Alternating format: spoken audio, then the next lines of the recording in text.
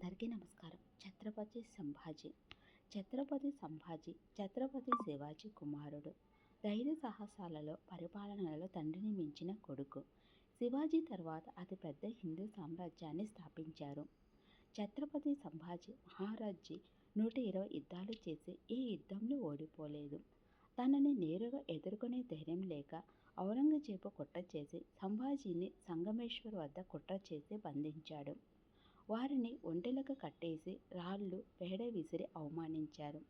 మరాఠా సామ్రాజ్యంలోని కోటలన్నిటినీ తనకు స్వాధీనం చేసి ఇస్లాంలోకి మారితే సంభాజీని వదిలేస్తానని బేరం పెట్టాడు. అందుకు నిరాకరించిన సంభాజీని 40 రోజుల పాటు చిత్రహింసలు పెట్టారు. కనుగుడ్లు, గోళ్లు పీకారు. బతికుండగానే చర్మం ఒలిచారు.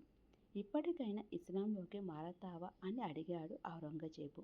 నీ కూతురిని నాకు ఇచ్చి పెళ్లి చేస్తా అన్నా మారను, ఒక్క కోటను కూడా స్వాధీనం చెయ్యనని గర్జించాడు.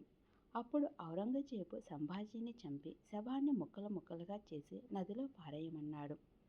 అక్కడికి దగ్గరలోని వధూ గ్రామస్తులు నదిలోకి దిగి సంభాజీ శరీర ఖండాలను వెతికి దొరికిన వాటిని అతికించి ఘనంగా అంతిమ సంస్కారాలు జరిపించారు.